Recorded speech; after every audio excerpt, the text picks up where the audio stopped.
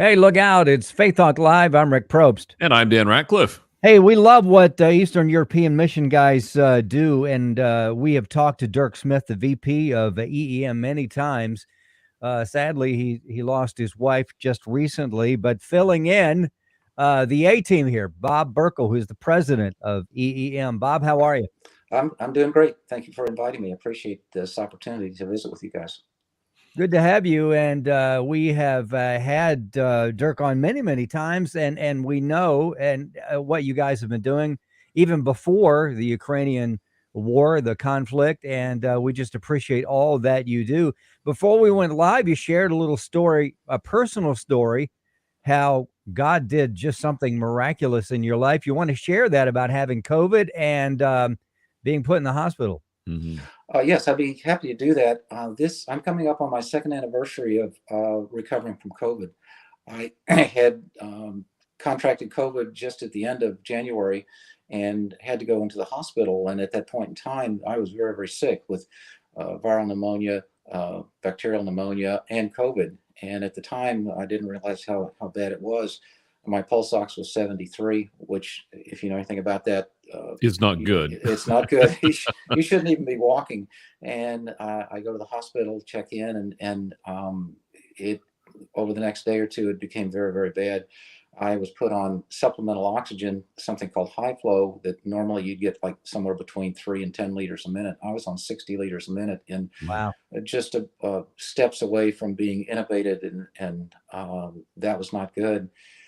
And so that second night, I called Dirk, and Dirk mobilized people around the world to start praying for me, and I did myself. And then finally, at 3 a.m, I finished my prayer, and I basically delegated the decision to God, saying, "Hey, it's your decision whether I live or die. I'm at peace with either one, but quite honestly, I prefer to live so I can continue to work and help EEM and get Bibles out." I said, "My only request is tell me soon." And at that point in time, literally, when I finished saying that, the nurse shook me awake and said, Mr. Burckle, we need to go down and have a CT scan done immediately." And I said, "Why?" And she said, "Well, over the last 6 hours," and she didn't realize that, it was the time that the prayer vigil had begun. My pulse oxygen, or my requirement for oxygen, supplemental oxygen, had gone from 60 liters a minute down to 30. And she said, "We can't explain this. We have never seen this in the hospital before." And the doctors are totally baffled. And that's the only thing we can figure out. And I started laughing and crying at the same time. I said, "God just answered my prayers." And they just looked at me kind of like I was stupid or something. And so 9 days later, I get out of the hospital, no supplemental oxygen. I go to the pulmonologist. Everything's fine, and here I am today. And so it's miraculous, I would say, that I'm here. And one of the other things that was interesting is after that, 3 days later, if you remember, at that point in time, there's a huge ice storm, a polar vortex that hit the Texas area, which caused us to lose power. We lost power, we lost water, we lost everything. And my swimming pool pack had 4 inches of ice on it. I mean, and to me, when I look at what's going on in Ukraine right now with the war and with the people are being savaged over there, I have just a bare glimpse of what life must be like, and which is why it's touched my heart and touched the heart of the people at EEM to try to do something humanitarian wise, as well as providing Bibles and biblical literature to the people over there who are requesting that. Wow, what a story, Bob! That's amazing, and I do remember that storm in Texas, and I remember it in a bad way because I had ordered a computer and it had to go through Texas, and it took 2 more weeks because apparently FedEx couldn't drive on the roads. But yeah, it was terrible. Yes, right. Yeah, and but what a story of how God miraculously saved you, and wow, what a story you have to just show the hope and the love of Christ. And so talk about a little bit more about the humanitarian. I mean, now EEM usually is all about sending Bibles to unreached areas and people who don't have them, but also the humanitarian aid that you're giving now. Talk about what you guys are doing in Ukraine. Okay, let me frame this in context a little bit for those who may not be aware of EEM. Since 1961, we've been putting Bibles and biblical literature into typically countries that were behind what was called the Iron Curtain. And from that, we've developed a relationship with quite a number of different people and ministries and organizations, even within the government. And over the last few years, for example, we had started and developed a really good relationship with the schools. And currently, approximately 75% of the schools have Bibles and biblical literature.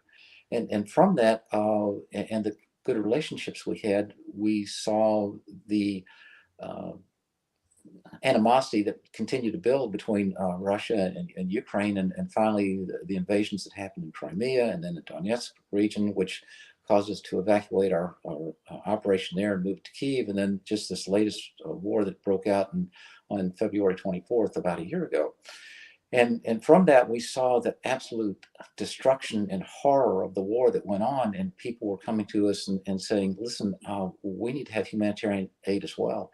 And so what we did is we did a quick, I guess you call it a turn, or at least an adjunct to putting the Bibles and the biblical literature out there, to actually moving into the humanitarian aid assistance as well. And so last year we were able to raise approximately $1.8 million, which we were able to identify and transfer through known partners. I mean, we established a procedure to monitor and get feedback, and we just get story after story about what is going on over there. And so what we've been able to do is help provide food, water, electricity, transportation, and things like that to people that are in need.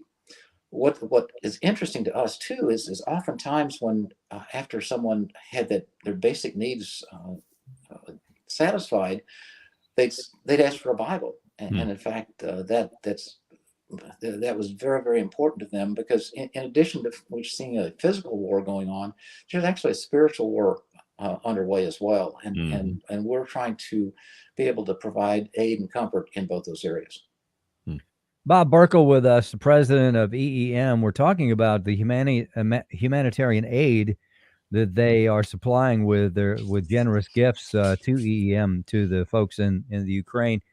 Now, Bob, being unfamiliar with the weather in Ukraine, now here in Georgia, it can be 70 one day, 21 the next day, and then back up to 70, 75, just depends. So it's all good here. You know, we don't struggle much at all, but describe kind of what a winter, an average winter would look like. I know Ukraine's a pretty big mass of land, but where you're talking about, what's winter look like? Well, winter is different. If you take a look at where Ukraine is, it's much further north than we are on the globe, and so their winters typically in the east, where the fighting's going on right now, can be absolutely brutal. I mean, sub-zero temperatures, heavy snows, and things like that. And some of the prayers we've been offering are, God, make it an easier winter and for these people, so they can at least survive. And right now, some of the Western Europeans are complaining because there's no snow on the slopes, and it's been warmer than usual. Yesterday here in Texas, we're talking about, in January, it was 85 degrees. It was the highest ever recorded. And so perhaps God's answering first. Now, that's not to minimize what's going on. In one of the areas we were supporting, which is usually very, very cold in Western Ukraine, the low temperature was 34 and the high was like 42. And so that's still cold, but it's not dangerously cold. Right. And so what we're seeing is people are getting by, things are frozen, but what you have to continue to factor is the continuing and relentless bombing of the power and infrastructure grid that's going on by the Russians to the Ukrainians. Bob, talk about how folks can get involved with you and help what you guys are doing and help the mission. Okay, if you want to support us, number one, please pray for Ukraine. The power of prayer is undeniable and absolutely needed, and pray earnestly and fervently that this war can end and that people can get back to some sense of normalcy. The second thing is financially is the best way of doing it. That even if we did raise a lot of materials here, it might take us 6 weeks to get food, clothing, blankets, etc., to them. And what we do now is we actually purchase the material either in Ukraine or some of the surrounding countries and get it in there more quickly. If you go to our website, which is EEM, the letter E, the letter E, the letter M.org. And then in the upper right-hand corner, there's a box, and you click, it's called Ukraine Aid, and you can make a donation to and through that particular link that's on our website. Bob Burckle, president of EEM, as he mentioned, EEM.org, help in any way you can. And Bob, thank you for sharing that story about what happened to you in the hospital. Sounds like a book or a movie coming out. I don't know if you've thought about doing anything like that, but it certainly is touching lives when you share that. Give our love to Dirk and his family, if you will, if you see them here real soon. We'd love to have you back. Let's take a break. We'll be right back. I'm Rick Probst. And I'm Dan Ratcliffe. This is Faith Talk Live.